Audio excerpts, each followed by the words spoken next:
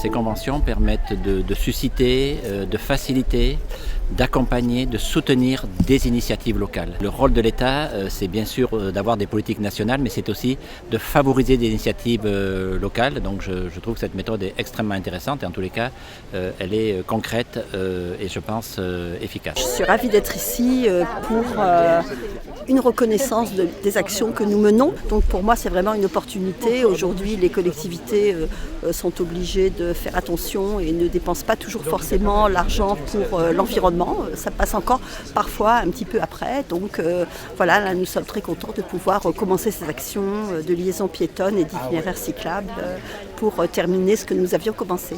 Il nous semblait que c'était une opportunité d'abord de travailler ensemble avec plusieurs communes de Bordeaux Métropole d'une part, de pouvoir aussi échanger avec d'autres communautés de communes ou grandes agglomérations, grandes métropoles qui ont engagé des plans d'action. Et puis nous voulons donner un nouveau souffle aussi et une nouvelle ambition à notre politique de transition écologique et énergétique pour Bordeaux et pour son agglomération. Cet appel à projet sur les territoires énergie positifs pour la croissance verte, ça permet également de bénéficier d'un cofinancement qui est appréciable, surtout par les temps qui courent. Et donc ça nous permet d'aller plus vite et de faire avancer les projets qu'on aurait réalisés, bien entendu, mais peut-être en les étalant un peu plus dans le temps.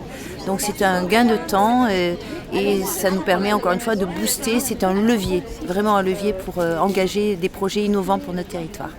C'est important parce que il y a une reconnaissance nationale, mais du coup sur notre territoire, les gens nous questionnent pour savoir de quoi il s'agit, à quoi ça sert. Et donc il y a une reconnaissance aussi locale pour le travail que l'on fait. C'est-à-dire on ne fait plus du travail souterrain, mais du travail au grand jour. Je crois que c'est encourageant pour poursuivre les actions dans le sens des économies d'énergie. C'est un encouragement qui nous est donné aujourd'hui. Et puis financièrement, ça compte aussi pour les communes. Dans la période actuelle où c'est quand même une période de restriction, il est toujours bon d'avoir des subventions avec des dossiers solides. C'est un élément important qui devrait avoir un effet levier pour accélérer les actions en matière de transition énergétique, en particulier autour des performances du bâti, avec des actions de sobriété, d'efficacité en matière d'énergie.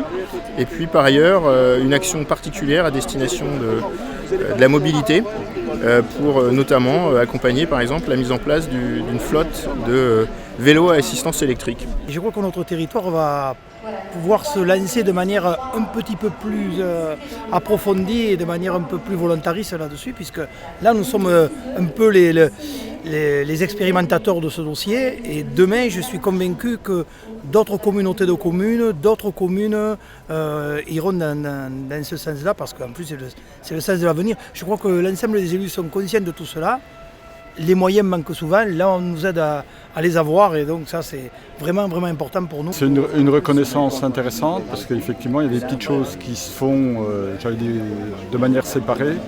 Et ce qui fait plaisir aujourd'hui, c'est de voir qu'on n'est pas les seuls à travailler. On n'est pas les seuls à ramer. Et ce que j'ai apprécié également, c'est d'y voir associer les techniciens. Parce que ce sont effectivement eux les chevilles ouvrières de nos territoires. Vous aviez été conseiller ? J'ai rien à ajouter.